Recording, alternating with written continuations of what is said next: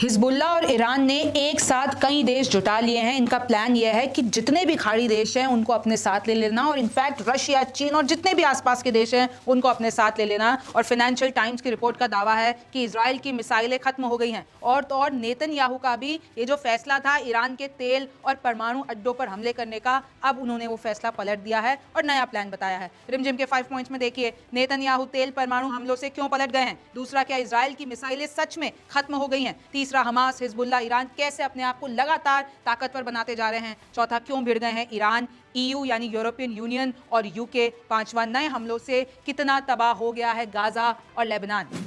नमस्ते, मेरा नाम रिमझिम जेठानी है और आप रिमझिम के 5 पॉइंट्स देख रहे हैं। सबसे पहले ये नक्शा देखिए कि कैसे मिडिल ईस्ट में हालात खराब है और कैसे ईरान लगातार जितने भी आसपास के मुल्क हैं उन सबको अपने साथ लाने की कोशिश में, चाहे वो रशिया हो गया, देखिए इधर है, दूर है, लेकिन उसको भी अपने साथ ला रहा है। चाहे वो फ्रांस हो गया, तुर्की हो गया, चाहे ये सऊदी अरब हो गया, यमन हो गया, इजिप्ट हो गया, अभी आगे और बताऊंगी मैं आपको। और देखिए, थोड़ा जूम कर दिया मैंने, ये इजराइल है, बीच में यहूदी देश और इसके आसपास सारे मुस्लिम देश, चाहे फिर वो सीरिया हो गया, इराक हो गया, ईरान हो गया, सऊदी अरब, यमन, इजिप्ट, आप देखिए जॉर्डन। तो यहां पर अभी हालात इजराइल और लेबनान के बीच में है, तुर्की वहां पर है, अफगानिस्तान, पाकिस्तान यहां पर है। अब देखिए, सबसे पहला पॉइंट हमारा यह है कि नेतन्याहू प्लान कर रहे थे कि ईरान के न्यूक्लियर फैसिलिटीज पर हम हमला करेंगे और उसमें यूएस हमारा साथ देगा, लेकिन यूएस ने तो पहले ही मना कर दिया, अगर आप ईरान के न्यूक्लियर फैसिलिटीज पर हमला करते हो तो हम तो आपको साथ नहीं देंगे। फिर अब नेतन्याहू सामने आते हैं, उन्होंने बताया कि देखिए, यूएस की हम बात मानते हैं, यानी अमेरिका के जो भी ओपिनियंस हैं हम रिस्पेक्ट करते हैं, तो हम न्यूक्लियर फैसिलिटीज पर हमले नहीं करेंगे, ऑयल फैसिलिटीज यानी तेल के ठिकानों पर हमले नहीं करेंगे,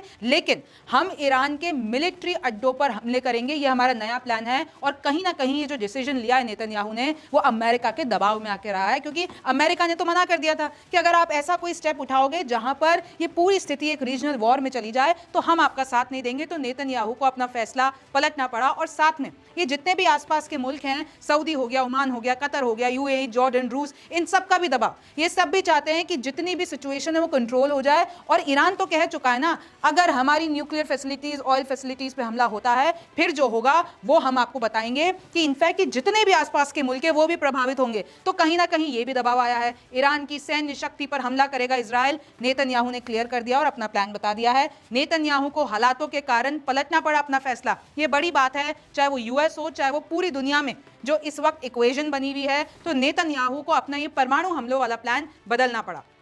फिर देखिए, मैं आपको अल जजीरा की रिपोर्ट बता रही हूं कि कैसे इजराइल ने कहा है कि हम हमारे नेशनल इंटरेस्ट की फिक्र करते हैं। हाँ, हम यूएस के ओपिनियंस को मानेंगे, लेकिन हमारे लोगों के लिए जो सही होगा हम वो करेंगे और उस तरीके से ईरान के ऊपर फाइट करेंगे और ईरान पर हमले करेंगे। और उन्होंने क्लियर कर दिया है, मिलिट्री साइट्स पर हमले करेंगे और हम जो है न्यूक्लियर और एनर्जी फैसिलिटीज को नहीं छेड़ेंगे। फिर आप आगे देख सकते हैं कि कैसे ये सारी जो बात सामने आई है, अभी कुछ हफ्ते पहले ही मैं आपको बता दूं कि कैसे जो बाइडेन और नेतन्याहू की बात हुई थी और उसमें क्लियर कर दिया गया था। फिर देखिए, अगर पूरी दुनिया को यही डर है कि ऑयल मार्केट्स में जो प्राइसेस हैं वो अगर ज्यादा हो जाते हैं तो पूरी दुनिया इससे प्रभावित होगी, और अगर ईरान के तेल के ठिकानों पर अगर पूरा हमला किया जाता है तो ग्लोबल एनर्जी प्राइसेस पर अफेक्ट पड़ेगा। और आपको पता है वहीं पे, और क्योंकि ईरान बहुत अच्छा साथी है रशिया का, और हम तो जो अपना तेल है यानी भारत, वो रूस से लेता है ज्यादातर और मिडिल ईस्ट से भी आता है, तो पूरी दुनिया को तेल कैसे मिलेगा, कितनी महंगाई आ जाएगी। तो इस तरीके से पूरी दुनिया सोच रही है। लेकिन अब दूसरी रिपोर्ट देखिए, फाइनेंशियल टाइम्स की रिपोर्ट है,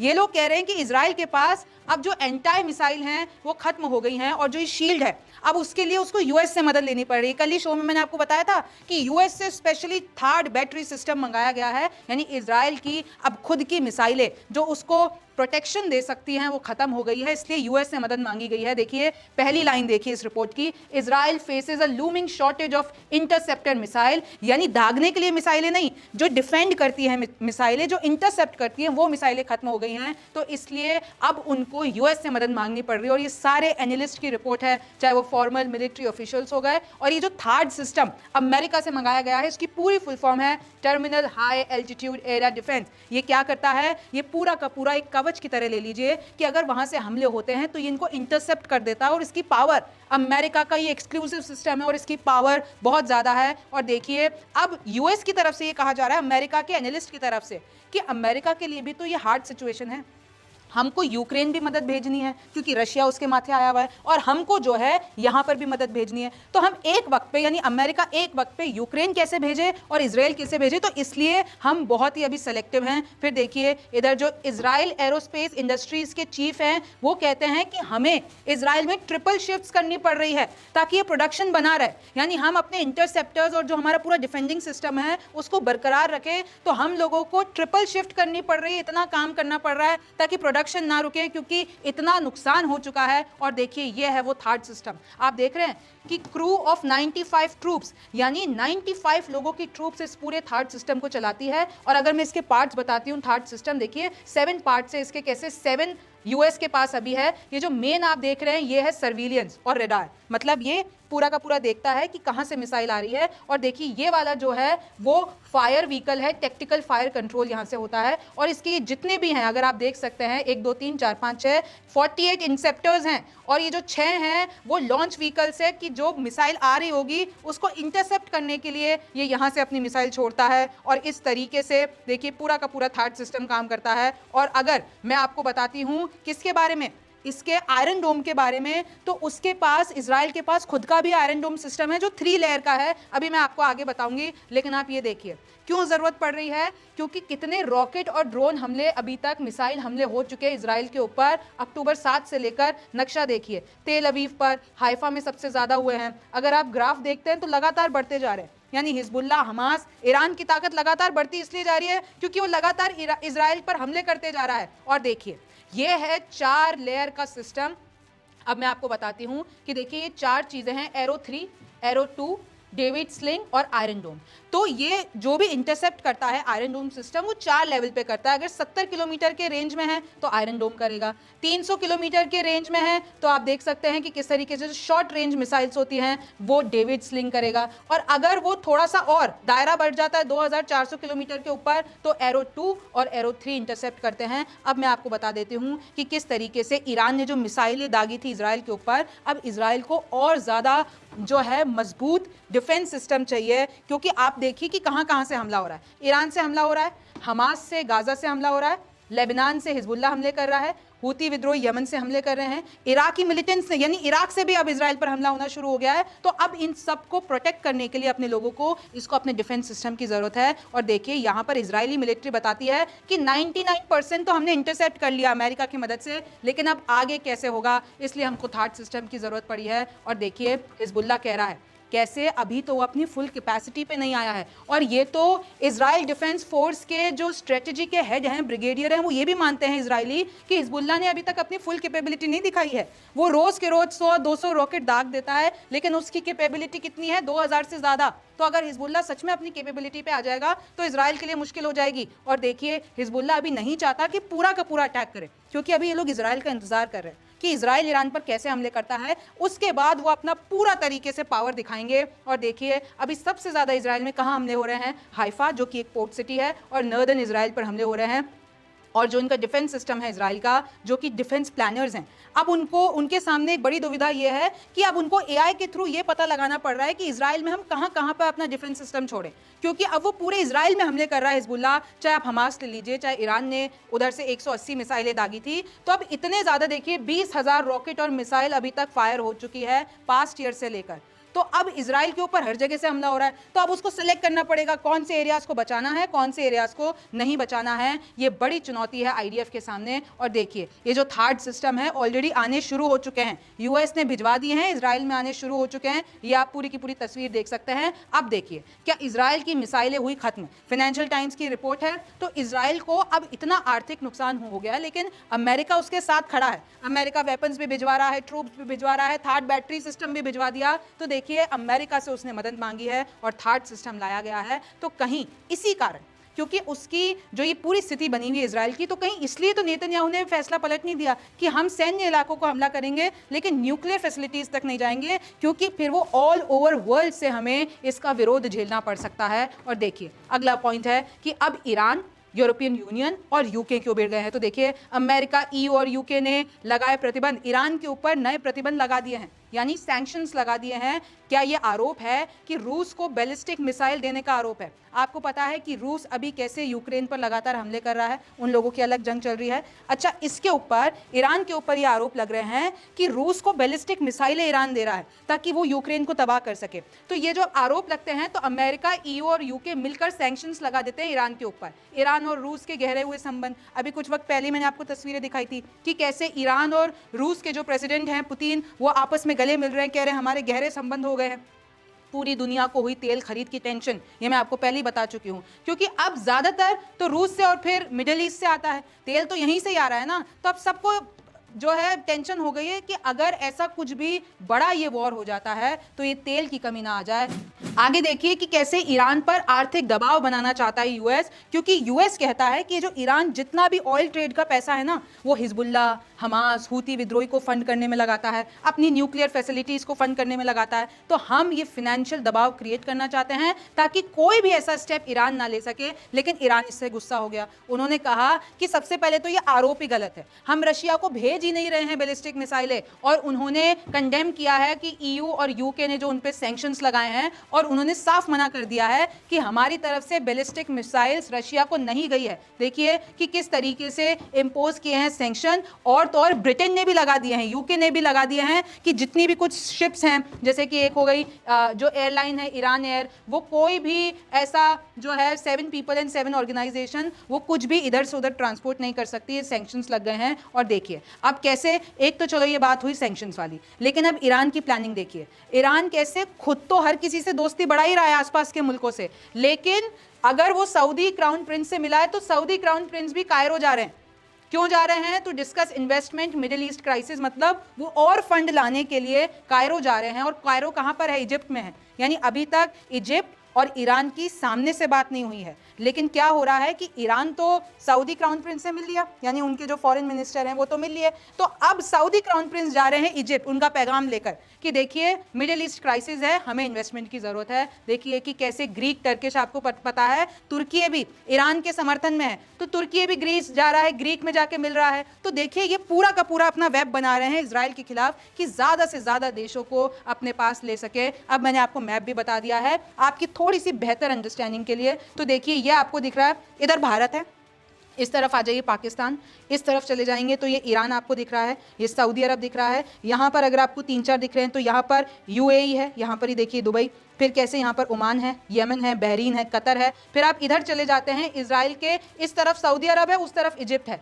तो अभी जो सऊदी क्राउन प्रिंस है वो इजिप्ट जा रहे हैं ईरान का पैगाम लेकर। और अगर आप थोड़ा इधर आते हैं तो ये आपका इजराइल, ये लेबनान, ये सीरिया, ये इराक, ये जॉर्डन, ये तुर्की और वो ग्रीस। और अब मैं आपको बता दूं फ्रांस से भी बातें चल रही है, फ्रांस भी पूरा समर्थन में ईरान, लेबनान, गाजा के। इस तरीके से ये लोग अपना जाल, ये जो इजराइल आपको बीच में छोटा सा दिख रहा है, तो इसके पूरे इर्द गिर्द ये लोग जाल बिछा रहे हैं। देखिए middle east supply disruption potential could send oil above $100 पर बैरल।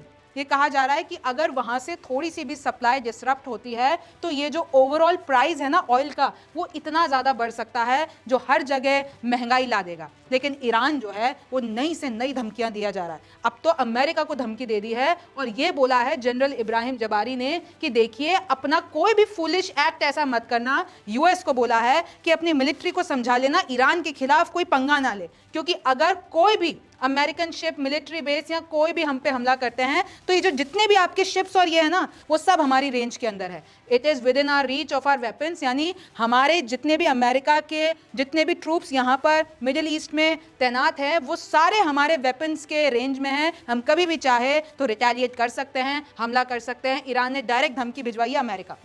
अब आप ये तस्वीरें देखिए, ये आज की फ्यूनरल की तस्वीरें हैं कि कैसे अब्बास निल्फोरुशान जो कि नसरल्ला के साथ मारे गए थे लेबनान में, उनका आज फ्यूनरल है। और आप देख सकते हैं कि कैसे फर्स्ट अपीयरेंस में सामने आए हैं इस्माइल कानी, यानी जो इजराइल ईरान कुछ फोर्स के कमांडर हैं इस्माइल कानी। उनको ऐसी खबरें उड़ी थी कि इनको मार गिराया गया है इजराइल की तरफ से, लेकिन देखिए आप देख सकते हैं कि कैसे फ्यूनरल उन्होंने अटेंड किया है और उसके बाद हर जगह हेडलाइंस छप गई कि ये अभी जिंदा हैं। फिर देखिए कैसे चाइना के साथ ईरान की बात होती है और उन्होंने ये जो वेस्ट एशियन रीजन में अभी एस्केलेशन चल रहा है उसके बारे में बात किया है। तो मैं आपको बता रही हूं कैसे एक एक स्टेप ईरान आगे बढ़ता जा रहा है। फिर देखिए कि किस तरीके से ओमान में भी मुलाकात हो गई, इराक में भी हो गई, लेबनान में भी चले गए, सीरिया में भी चले गए, सऊदी अरब में भी चले गए, कतर में भी चले गए, यानी जितने भी आसपास देश हैं, और अब तो चीन तक पहुंच चुके हैं। तो देखिए मैं आपको कैसे बता रही हूं कि अगर इन सुपर पावर्स का इन्वॉल्वमेंट हो जाता है, यूएस का ऑलरेडी है, रशिया से भी ईरान मिल चुका है, चीन से भी बात हो रही है, तो अगर सुपर पावर्स का इन्वॉल्वमेंट हो जाता है तो फिर ये विश्व युद्ध 3 की तरफ बढ़ता हुआ मामला दिख रहा है। और देखिए फ्रांस के साथ बात हुई है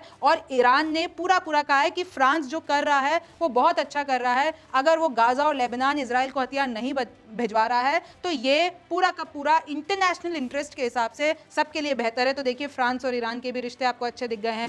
आगे देखिए कि कैसे इंटरनेशनल एनर्जी एजेंसी ने ये कहा है कि अगर ईरान की तरफ से कोई भी ऑयल सप्लाई रुकती है तो हम ये सब संभाल लेंगे, यानी हम बिल्कुल भी दुनिया पर तेल की कमी का खतरा नहीं आने देंगे। इसमें दूसरी खबर ये देखिए कि कैसे अब ईरान ने ये फैसला ले लिया है कि कोई भी ईरान का एयरक्राफ्ट यूरोप नहीं जाएगा, कोई भी एयरक्राफ्ट अब यूरोप के लिए उड़ेगा नहीं, क्योंकि यूरोप ने भी सैंक्शंस लगा दिए हैं और अब हम भी यूरोप में अपना एयरक्राफ्ट कोई भी नहीं भेजेंगे। और तो और अमेरिका की तरफ से यानी प्रेसिडेंट बाइडेन की तरफ से खुला ऐलान हुआ है, अगर किसी ने भी ट्रंप की लाइफ पर कोई भी ऐसा असैसिनेशन अटेम्प्ट किया तो उसको एक्ट ऑफ वॉर माना जाएगा, यानी फिर ईरान और अमेरिका दोनों सामने सामने जंग के लिए तैयार रहेंगे। ये बाइडेन ने वार्न किया है ईरान को, क्योंकि अभी आपको पता है हाल ही में ट्रंप पर कितने हमले हो चुके हैं और उसमें ईरान का इन्वॉल्वमेंट सामने आया है। आपको पता है यूएस में अभी प्रेसिडेंशियल इलेक्शन चल रहे हैं और कैसे 2 दावेदार हैं, एक तो डोनाल्ड ट्रंप और एक हैं कमला हैरिस। फिर देखिए आगे कि कैसे ड्रोन अटैक जो कि ईरान बैक्ड ग्रुप से लॉन्च किया जाता है अमेरिका के बेस पर, कहां पर, सीरिया में, यानी ईरान का जो एक ग्रुप है वो अमेरिका के बेस पर हमला कर देता है सीरिया में। तो हर जगह से हमले हो रहे हैं, हर जगह से इस पूरी आग को सुलगाने की कोशिश की जा रही है। और आप देख लीजिए इजराइल की जो आर्मी है वो पूरा का पूरा रिसर्च सेंटर में जाके पढ़ाई कर आई है कि ये जो ड्रोन हमले कर दिए ना, आपको पता है कि कैसे हिजबुल्लाह ने अभी तक का डेडलीस्ट हमला किया, ड्रोन हमले कर दिए इजराइल के ऊपर। अच्छा, वहां पर 4 सोल्जर्स भी मर गए इजराइल के, बहुत बड़ा हमला था ये। और वो जो इंटरसेप्ट हैं यानी कि जो आयरन डोम सिस्टम है वो बचा नहीं पाया। तो इसलिए अब इजराइल को ये पढ़ाई करनी पड़ रही है कि ड्रोन से कैसे बचा जाए। तो जैसे यूक्रेन रशिया के ड्रोन से बचता है, क्योंकि पता है कि रशिया के पास भी ईरान से भेजे हुए ड्रोन हैं, तो कैसे यूक्रेन बचता है इन ड्रोन सिस्टम से, और ऐसे ही अब इजराइल बचना चाह रहा है। फिर आगे देखिए इधर चाइना ने इजराइल से भी बात की है, फोन कॉन्वर्सेशन की है। भाई ईरान से तो बात की है, इजराइल से भी बात की है, लेकिन इजराइल ने कह दिया है कि ये जो 1 अक्टूबर को ईरान ने हम पर हमला किया ना, हम इसका रिस्पॉन्ड तो देकर ही रहेंगे, इसके ऊपर कोई भी डिस्कशन नहीं होगा, हम रिटेलिएट करेंगे और कर रहेंगे। और देखिए किस तरीके से हिजबुल्लाह के जितने भी पार्ट हैं लेबनान में, यानी किस तरीके से Israel will continue to mercilessly strike Hezbollah in all parts of Lebanon, यानी ये क्लियर कर दिया है नेतन्याहू ने कि हम लेबनान पर अपने हमले नहीं रोकेंगे, हिजबुल्लाह को खत्म करेंगे और लेबनान पे अभी तो और हमारे हमले बढ़ते रहेंगे। फिर देखिए आज पहली बार शेख नाईम कासिम जो कि deputy secretary general of Hezbollah हैं, उन्होंने स्पीच दी है। उन्होंने ये बताया है कि हिजबुल्लाह को कमज़ोर मत समझना, हिजबुल्लाह की जितनी भी विंग हैं हमने सबके लिए एक एक डिप्टी कमांडर तैनात कर दिया है और ये सारी उनकी धमकियां हैं। वो ये कह रहे हैं कि इजराइल को हराना होगा, पूरी दुनिया से कह रहे हैं कि आप सब एक हो जाओ, और वो कह रहे हैं कि हम तो अभी तेल अवीव पे और हमले करेंगे, यानी हिजबुल्लाह की चेतावनी, अभी तो हम और हमले करेंगे। ये भी बोला गया है कि कैसे अब हिजबुल्लाह मिलिट्री इंस्टॉलेशंस जो कि इजराइल की है उस पर हमला करेगा, उसके ट्रूप्स पर हमला करेगा। इजराइल जो है वो प्रिजनर एक्सचेंज भी नहीं कर रहा है, तो अब हम तो फुल कैपेसिटी में हैं, हिजबुल्लाह अब पीछे नहीं हटेगा। और देखिए हमने हर जगह के लिए एक डिप्यूटी लगा दिया है। ये जो तस्वीरें मैं आपको दिखा रही हूँ, ये ऊपर वाली तस्वीरें देखेंगे तो ये निलफरुशान के फ्यूनरल की तस्वीरें हैं, और अगर आप नीचे देखते हैं तो कैसे ईरान अब अजरबैजान में भी मिल रहा है, तेहरान में उसके काउंटर पार्ट से मिला है। तो जितने भी आसपास के मुल्क हैं, ईरान लगातार वहां पर विजिट कर रहा है और उनको कॉन्फिडेंस में लेने की कोशिश कर रहा है। तेहरान टाइम्स की रिपोर्ट बता रही हूं कि कैसे ये यूएई का जो बुर्ज खलीफा आपने सुना होगा, आपको जाने की इच्छा भी होगी, बुर्ज खलीफा पे लंबा लंबा लिखा हुआ है यूएई स्टैंड्स विद लेबनान, ये आप देख सकते हैं पूरी की पूरी लाइटिंग, यानी बुर्ज खलीफा टावर पर लेबनान के लिए समर्थन जताया गया है।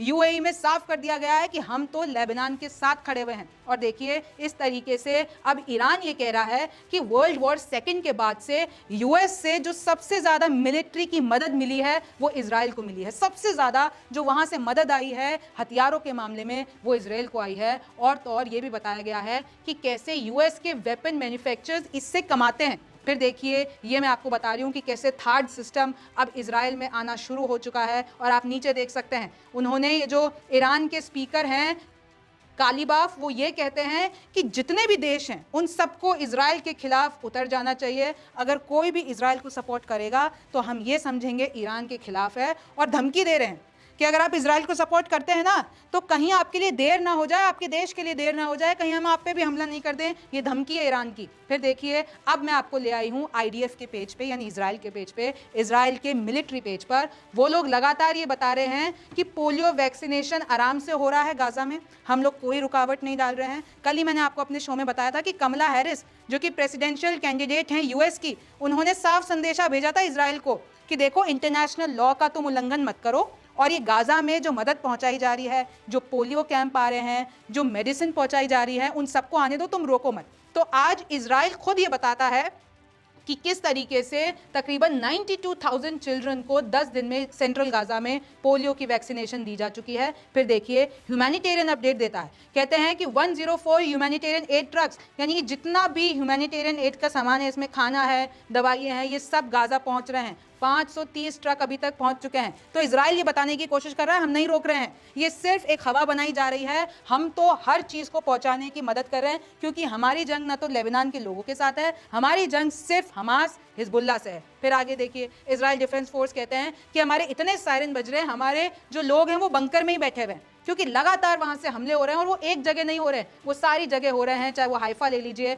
और तो और इजराइल डिफेंस फोर्स ये भी बता रही है कि कैसे हिजबुल्ला ने घरों में इस तरीके से हथियार रख रखे हैं। कैसे ये नसरल्ला की फोटो आप देख रहे होंगे, अंडरग्राउंड टेररिस्ट कंपाउंड बना रखे हैं। और इजराइल यही कह रहा है कि हम उनको ही तबाह करना चाहते हैं, कि कैसे सिविलियंस की आड़ में हमास और हिजबुल्ला ऑपरेट कर रहा है। और ये देखिए ये जो आप सायरन्स देख रहे हैं, ये सारे रेड मार्क्स देख रहे हैं, इधर हमले हो रहे हैं। इजराइल का जितना भी पूरा मेन इलाका है वो सब सायरन से भर गया है और इजरायली बंकर में जाने के लिए मजबूर हो गए हैं। अब देखिए मैं आपको कुछ और अपडेट्स दे देती हूँ। सबसे पहला, हिजबुल्ला के जो डिप्टी लीडर कासिम है वो कहते हैं अब सबसे बेस्ट पॉसिबल तरीका यही है कि ये जो पूरा का पूरा हो रहा है लेबनान और गाजा में, इसको सीज फायर यानी इसको तुरंत रोक दिया जाए। लेकिन दोनों ही पार्टियां तैयार नहीं हैं, ना इजराइल तैयार है, लेकिन हिजबुल्ला के लोग कह रहे हैं कि भैया हम सीज फायर करने के लिए तैयार हैं। फिर देखिए लेबनान के पीएम मिकाती कहते हैं कि यूएस ने पूरी की पूरी गारंटी दी है कि इजराइल अब धीरे धीरे बैरूत में अपने हमले कम कर देगा। फिर अगली देखिए, any US military support for Israel if it attacks Iran will lead to retaliation. ये ईरानियन ब्रिगेडियर का कहना है कि अगर कोई भी यूएस की मिलिट्री इजराइल का साथ देकर हमला करती है तो फिर यूएस और अमेरिका की ये सामने सामने जंग होगी। फिर देखिए तुर्की के जो फॉरेन मिनिस्टर हैं वो कहते हैं कि इजराइल पर सैंक्शंस लगाओ, उनको पूरी दुनिया से कट कर दो, पूरा दुनिया का जो सपोर्ट है इजराइल से हटा दो, क्योंकि ये जो मिडिल ईस्ट में हालात हैं वो इजराइल के वजह से हैं। तुर्की के फॉरेन मिनिस्टर ये कहते हैं। यूएन रेफ्यूजी एजेंसी कहती है कि इजराइल ने इतना इवैक्यूएट करा दिया है, इतने लोगों को बाहर निकाल दिया है लेबनान और गाजा से कि 20 लेबनीज विलेज को उन्होंने कह दिया कि यहाँ से हट जाओ, हम यहाँ पर हमले करने वाले हैं। मतलब आप लेबनान में देखिए 1/4 ऑफ द कंट्री, यानी सिर्फ 1/4 इलाका रह गया है, लेबनान को पूरा का पूरा कहीं ना कहीं इवैक्यूएट करने के लिए बोल दिया गया है इजराइल की तरफ से। और देखिए Hezbollah leader says Israel wants to control all Muslims. ये नया आरोप है इजराइल के ऊपर। हिजबुल्ला को लगता है कि सारे मुसलमानों को कंट्रोल करना चाहता है इजराइल, इसलिए ऐसे हमले कर रहा है। और देखिए it wants to terrify people through brutal crimes, यानी इजराइल बताना चाहता है कि कैसे हम कितने खौफनाक हैं और वो लोगों को डराना चाहता है कि हम किस हद तक जा सकते हैं। और देखिए यूएस गवर्नमेंट का पूरा पूरा सपोर्ट है ऐसे क्राइम में, ये हिजबुल्ला का कहना है। और देखिए ये आगे ये भी कहते हैं what can not be taken today can be taken tomorrow, यानी वो कहते हैं कि देखिए फिलिस्तीन और लेबनान दोनों अपने आप को, लेबनीज लोग और फिलिस्तीनी लोग दोनों अपने आप को एक जैसा ही मानते हैं। वो सोचते हैं कि फिलिस्तीन की ज़मीन पर इजराइल ने आके कब्जा किया है तो वो ज़मीन हमारी है और हम मरते दम के लिए इसके लिए लड़ते रहेंगे। और अगर हम अपने वतन को, अपनी मिट्टी को, अपनी ज़मीन को डिफेंड करना चाहते हैं तो ये हमारा हक है। अब मैं आपको कुछ और डेवलपमेंट्स दे देती हूँ कि देखिए कैसे लेबनान में 200 स्ट्राइक इजराइल करता है हिजबुल्लाह के खिलाफ और कैसे वहां पर लोग लगातार उनकी जान जाती जा रही है। यूनिसेफ ये बता रहा है कि अब देखिए इतने बच्चे वहां पर मर चुके हैं, अभी तक 4 लाख बच्चे अभी तक डिस्प्लेस हो चुके हैं और कई बच्चे 16,000 से ज्यादा तो गाजा में ही मर चुके हैं। तो अब जो ये बच्चे मर गए हैं ना, मतलब ये जो आने वाली जनरेशन थी वो सब इजराइल ने तबाह कर दी है। यूनिसेफ का ये कहना है कि अब लेबनान में लॉस्ट जनरेशन हो गया है। बच्चों के मरने से जो आगे आने वाली पीढ़ी थी वो पूरी की पूरी खत्म हो गई है। 55 लोग गाजा में मर चुके हैं 5 दिन में। तो लगातार इजराइल के हमले होते जा रहे हैं। वहां की तस्वीरें बहुत खौफनाक हैं। Many victims of Israeli strike on north Lebanon were women and children. UN ये बता रहा है, यूनाइटेड नेशंस ये बता रहा है कि जितने भी मर रहे हैं, जितने भी विक्टिम्स हैं, उसमें से सबसे ज्यादा औरतें और बच्चे हैं।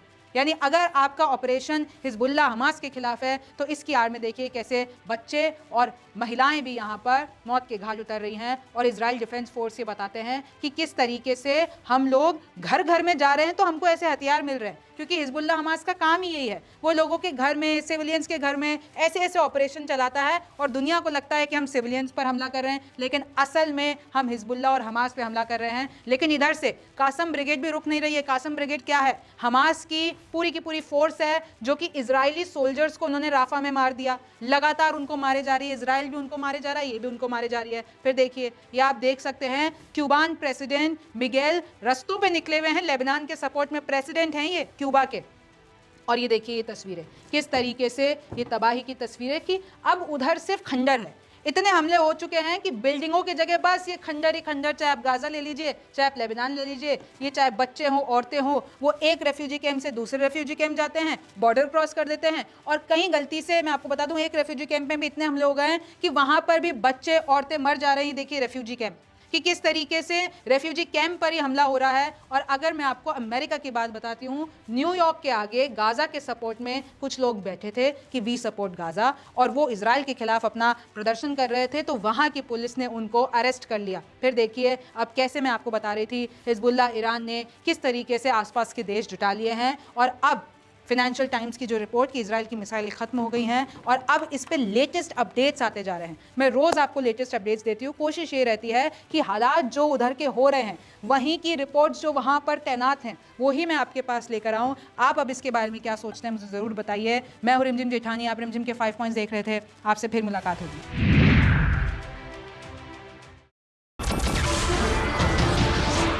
नमस्कार, मैं हूं मानक गुप्ता। अगर आपको हमारा ये वीडियो पसंद आया हो तो इसे लाइक और शेयर जरूर करें, और हाँ, हमें सब्सक्राइब और फॉलो करना ना भूलें ताकि आप देश और दुनिया की कोई खबर मिस ना करें। तो जुड़े रहिए हमारे साथ और देखते रहिए न्यूज़ 24।